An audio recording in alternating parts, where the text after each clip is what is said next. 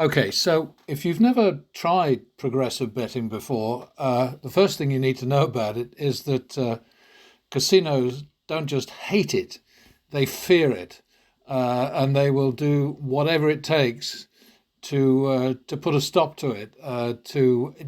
Even if it means tossing a player out on his ear, they know because they know the numbers behind their games that progressive betting is the only way to win in the long term.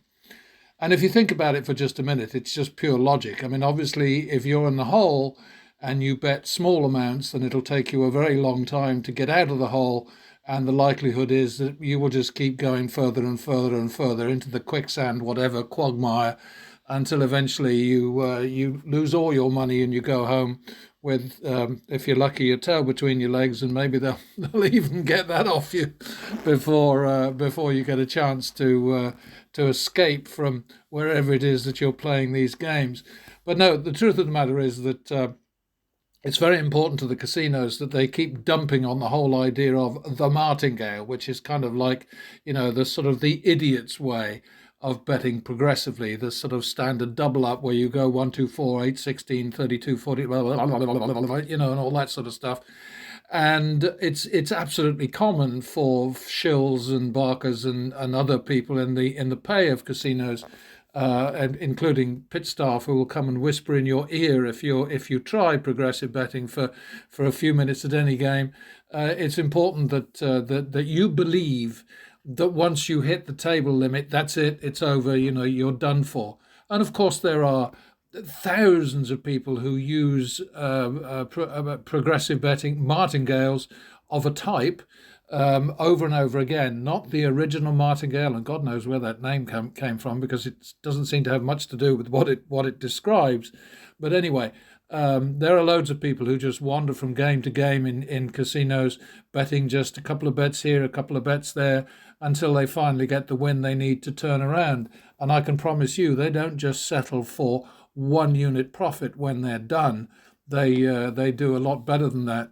And this presentation is basically about just trying to explain that here's one way to go. I'm not saying that it's infallible. I'm not saying that it will make you a fortune and you can retire at, I don't know, 35 or whatever. Uh, but what I am saying to you is that the myths that the mathematicians in the employ of casinos like to spread around it's absolute bollocks. It's just such nonsense.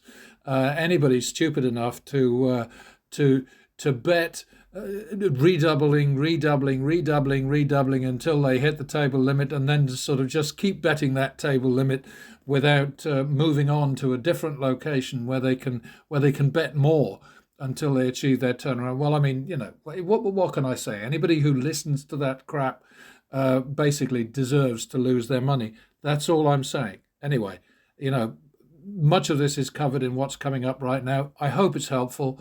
I hope that somebody gets something out of it. I'm just going on the record. That's all I'm really about. I'm not making any money out of this. I'm spending a lot of time on it, but it's basically just trying to get the word out that there is a way to beat games of chance. And I'm talking about obviously blackjack. Blackjack is tougher to beat, not because the game is harder. It's not. The odds in the house's favour are lower at blackjack than pretty much anything else, but simply because pit staff, dealers in blackjack pits are totally paranoid, and so they make it very difficult for you to make any headway. Whereas they don't pay so much attention to craps or to roulette or baccarat. So it's a matter of making your choice. It's a matter of just adapting to the fact that the casinos all that they're trained to think of you as an idiot, and if you start behaving like somebody who isn't an idiot, then you become a person of interest, somebody to get rid of. Oh, and I don't mean to sleep with the fishes or whatever, but just to march out the door. Okay, so anyone who's been with me for a while, and there are a few, will know that one of the things that I'm about is myth busting. I get very frustrated by the deliberate disinformation that's constantly being fed to punters. And I recognised many years ago that most people actually don't give a damn about the numbers. What they're after is excitement and thrills, and they obviously wallow in, enjoy the stress and the horror and the terror and the and the guilt and all the rest of it associated with being fleeced. Not so much by the casinos, but by their own behaviour. Because no gambler has a gun to his head, at least as far as I know. Certainly not in any casino that I've ever visited. I've never seen anybody being forced to act like a prat. It's something that's that just comes naturally to a lot of people. So anyway, what I've done here is I'm just revisiting the spreadsheet, which took a look at MG21 and Sarah's session, half session at the El Cortez half a decade ago, and running exactly the same numbers, but just doing it in a different way. So let's just go back to the start of this thing and have a look at Mark or Max. I'm still confused about exactly what's the correct name for him. I think it's Max, and it suits him better. I think he looks more like a Max than a Mark to me, but that's that's none of my business. But anyway, the story there basically was that the dark green line here is pattern betting against the exact same set of outcomes that that Mark and Sarah faced. And of course the big problem for them was that the deck, the shoe, it wasn't a shoe, it was a double deck game, for goodness sake. So, you know, the first shuffle was unfriendly, and then the next couple of shuffles were kind to them, and then, you know, you look at this red line over here, and that shows you exactly what the situation was. And basically, it's as we expect it to be all the time, which is up down, up down, up down. You know, and one of the misinformation lines that the shills and their ilk like to trot out is that negative expectation is completely unbeatable and completely unpredictable, and there's nothing you can do about it. You know, you just might as well enjoy the whole process of losing your ass every time you go into a casino, and maybe the gambling gods. I mean, there are no more gambling gods and there are other kinds of gods, but anyway, that's neither here nor there. If they smile on you, whoever they might be, if luck smiles on you, then you might actually get away with winning just this once, and then next time you try it, you'll be required to make your standard contribution. So anyway, just to go to what this particular presentation is about. On the one side here, using exactly the same outcomes as in Max's left hand, you know, primary hand, because he bet, sometimes he bet 2 and sometimes he bet 1. But I'm really concerned here with the what the hell do they call it? The first base. What do they call it, first base, or is it last base? No, it's last base. Whatever. Anyway. His primary hand, the one that he always bets. Okay, so that's what we're looking at here. And if you bet the standard martingale, which everybody says you have to bet, then the main part of the disinformation is that you'll get to the table limit and you won't be able to go anywhere else, and you will blow your wad, you'll lose everything, you'll be dead in the water, you'll be finished. This, of course, is nonsense, because when you hit the table limit, if you can't make the next bet that's required under the strategy, the way that martingale, you know, habitual martingale players, and I've encountered them many times over the years, they simply walk away. and they go to a table where they can place the necessary next bet, and so it goes on. But anyway, here we have a martingale which has got a 25,000 limit, and the limits that are set in this spreadsheet are 25 minimum, 2,500 maximum, which is a spread of not very much. Let's face it, it's just 100 times, and that really isn't adequate. But anyway, just to sort of finish whittering here, total action for the dumb martingale is 103,000. Well, it's come out in pounds again. I'm sorry about that. It's supposed to be dollars, but you know, this is an English spreadsheet, so it just assumes that I want pounds. So the currency doesn't matter, right? Just ignore that. So 103,000, a loss of 5,600, a loss of 5.4%, which is ridiculous. Now, if we look down, go down the page, we can see how the bets happened. What I did with the dumb martingale here is that I allowed it to bet to add 1 unit after every win. So if a new cycle of betting, and that's what comes after OK here, right? So then you start with a minimum bet, and then you win that, so you add 1 unit, and then you add 1 unit, blah blah blah blah blah. No limit to that in this. It just it's just allowed to go as high as necessary. And also a little sort of extra is that once you lose, as here, then you just bet double again, and hope that you'll get out of trouble. And if you don't, then you just keep going. That's fair enough. I mean, that's just, you know, this is just an example, okay? So now down here we get to the situation that that Max found himself in, where it was just a whole long series of losses.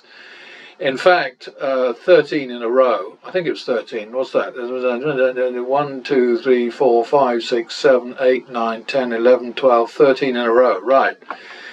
Okay, so the martingale would be stuck there at 2,500, can't go any higher, just has to keep on betting at 2,500, which is ridiculous. You'd walk away way before 13 consecutive losses, but you know, the mathematicians love to sort of dish out worst case scenarios. It's all nonsense, but never mind. So just to keep them happy, we're going to keep on betting against negative expectation. 13 losses in a row. We finally come down here to where we're nearly 20 grand in the toilet, and then we get a little succession of wins, but because we're stuck with 2,500, we can't take advantage of these winning streaks here. Little short ones, but they might be, but doubles and so on. We can't go higher than 2,500, so we reduce that loss from 19,350 down to 5,600. Okay, so go back up again, and what do we get? Over here is a very, very simple-minded, controlled martingale. So let's think of it as a smarty marty. I used to call it a smartingale, but that name was stolen from me, but perfectly legally by another Brit who's got a roulette website, and he uses that to describe what he does, and what he does is not terribly different from what I'm talking about here. But instead of just taking it, bending over and taking it in the arse for losing hand after losing hand for extended streaks, what this particular martingale version does, this progressive betting thing does, is after -3, which is what you see up here, after 3 consecutive losses, it says, okay, not going to bet more than 1/5 of the total loss to date until I get a win, and then I'm going to start betting seriously again. So it's kind of like 3-play, which is what features in all of my videos, all of my games, and which I've been talking about for years on the blog. So there you have it. You've got, it gets with 25, 50, 100, and then, let's just bet 50, and we'll bet 50 again, and then 50 again, and then we have a win, so then we go to 100, and we lose that, but it's not -3 yet, so then we go to 200, and then we go to 200, and we're out, okay, because it just happens to be a double win here. So you can see the difference, and let's go slowly down, and you can see the huge difference in the two approaches.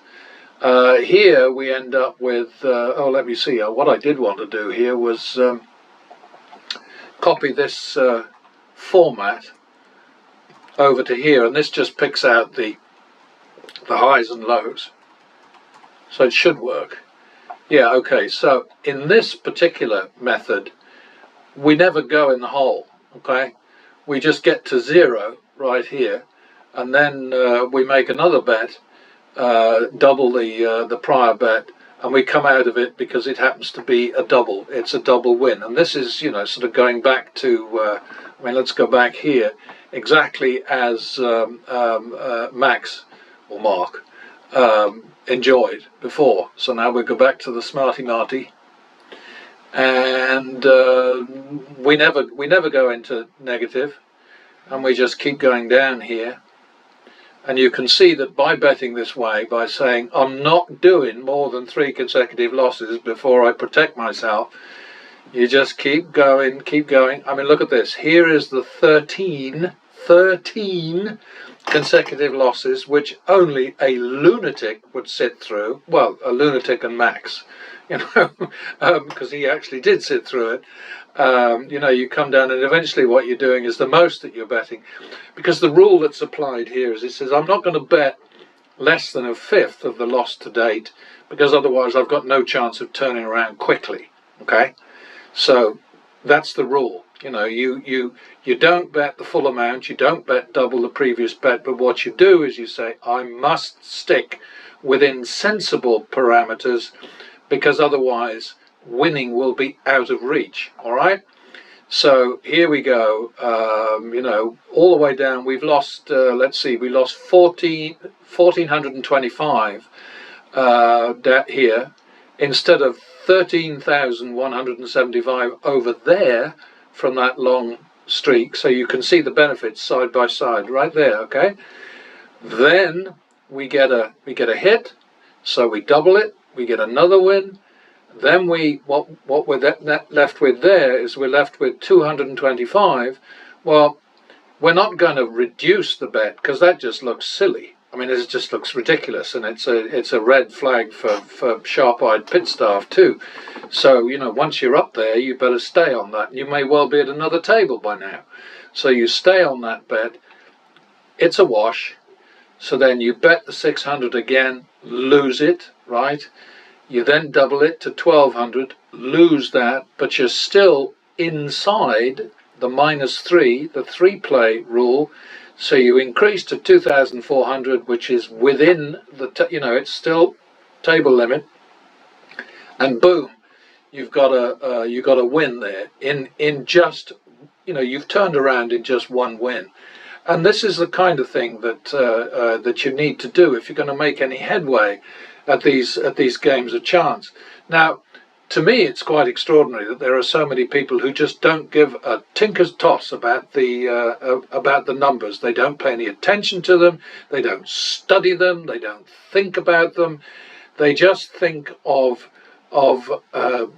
you know, they know in their hearts that these games are, in inverted quotes, unbeatable. They believe that the games are unbeatable, but they think that the rules will somehow not apply to them, and this is their day for getting lucky. Now, what you'll notice here is that what we end up with is 4,238, which is $25, pounds, peanuts, walnuts, turnips, whatever, less than our best.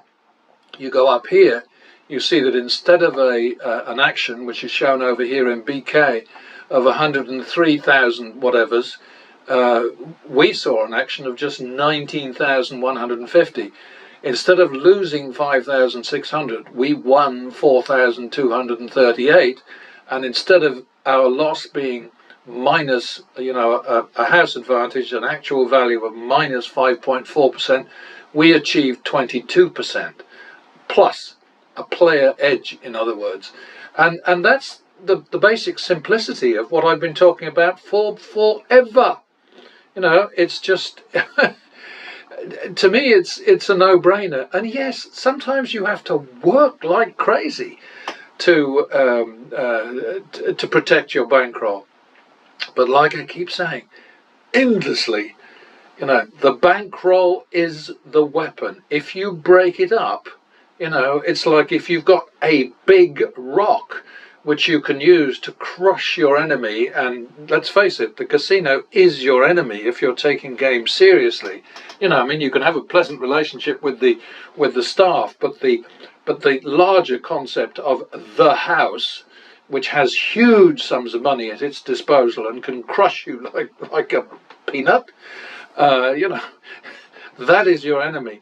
And if you're going to say, well, you've got a big rock that you can beat them with, but in order to protect it, you're going to break it up into little bits, and then you're just going to throw those one at a time, little bits, which will do no damage at all. So keep your rock as a great big rock, and when you have to, chuck that. It's like a poker player. This is why they're called players. They're not called poker gamblers. They're called poker players, because they know all about the numbers in their game. They know all about the probabilities. They are experts in player psychology, if they're any good, that is. They are stone-faced as best they can be. Look at that guy, Phil Ivey. He's extraordinary. His expression never changes. He's one of those guys where you think, does he ever smile? Does he ever frown? Does he ever cry? Does he ever do anything other than sit there like something made of, I don't know, slightly soft plastic, whatever? But I'm not meaning to insult him at all. He's obviously a brilliant poker player. He might be a fool because he tried to cheat casinos out of millions, but that's a whole other story. That's between him and his conscience. But here we are. You got the difference here. So it ain't dramatic. This wouldn't be enough for Vegas Matt and Steve will do it and all the rest of it, but it's a steady profit. In 132 hands, what are we talking? 2 hours? Oh, peanuts for the high rollers. But, I think probably $2,000 an hour is not too bad. It's more than most people make in their day jobs, So, anyway, just to go back to what I was talking about before, this is a presentation for the 1% of all casino customers who are not gamblers, but who are players and who care about probabilities and are concerned with numbers and need to know how best to overcome negative expectation. And in fact, in this particular set of numbers, the expectation was, it was pretty much an even set of numbers. I think in the left-hand side, yeah, here we got it right here in C7. Over this whole bunch, just +1. So there's a tiny player edge for this set of numbers. Mostly it'll be a tiny house edge, but not, of course, the way most people play. The way most people play is they bet a very narrow spread. They don't really know what they're doing. They shoot themselves in the foot at every turn. Guy worth looking at, and again, I mean no personal insult. I think this whole story is bigger than that. But if you look at a guy called Brandon O'Brien, who does lots of stuff on board ships, and I don't know whether he's a paid staff member of the shipping line or what, but he seems to spend all his life on ships, and in most of his videos, he's losing money. So I'm not sure how good an advertisement that is for the for the shipping line on board casinos. But he's all over the place. He does crazy things like betting all 9 circles on a blackjack table, and if they're 9 circle, then you can tell how greedy the house is, because 6 is is just about all you can manage and be comfortable in terms of, not being elbow to elbow and knocking over each other's drinks and all the rest of it. But anyway, 9, and then he'll suddenly out of the blue bet $500 or something really stupid. There's no logic to what he's doing, and I think it's probably fair to say that the casino would not be happy with him if he did start to use a winning strategy, because that's not in their interests. I noticed that in recent videos that Brandon has put up, he has dumped a strategy which is kind of like good for the casino, where he's kind of said, well, I'm going to try this at Texas Hold'em. This is an idea that has been suggested to me and blah, blah, blah, blah, blah. And then he says, well, I'm dumping the strategy because it doesn't work. Well, that's what the casinos want to hear. So anyway, I'm over 20 minutes now, which is me talking too much. But hey, it's my channel and I can do what I want. And you, of course, can stop listening anytime you want. You can speed this thing up. You can throw it away. You can ignore it, whatever. But I would recommend to anybody who's in that 1% of 1%, and it might even be less than that, that they pay some attention to this, because I mean, look at this. I mean, this thing is not as successful as this particular version here. It is progressive betting. It's controlled progressive betting. It's not as successful as pattern betting, which is slightly more sophisticated than what I'm doing here. But this is just a demonstration. I'm trying to attack disinformation, misinformation, mathematics, outright lying, which is what you often get from shills and barkers and trolls and all the others. And it's a take it or leave it situation. It's entirely up to you what you want to do with the information that I'm giving you, but I promise you there's no cheating going on here, there's no lying, there's no disinformation, there's no fiddling, no farting around, no tweaking, no twiddling. It's just numbers. And that's all I can offer you, really. And also, remember this: gamblers gamble to lose, players play to win. And that doesn't mean that sometimes you don't have to bloody well work at it. A lot of the time, it's a piece of piss, though, because if you do things right, most of the time you're going to be putting money in your back pocket. And just remember, my advice is always, when you win, take half of it and blow it on whatever it is that you like to do to blow your money. Go and have whatever. But put half of it back into the bankroll so that the bankroll keeps growing, the rock keeps getting bigger, the cudgel, whatever, because money in this situation, in this market, is just ammunition. I mean, it's more than that once you take that to the take your chips to the cashier's window and cash them out. But while you're in the game, while you're in the casino, it's ammunition. That's all. So over and out, and I hope I see you again soon.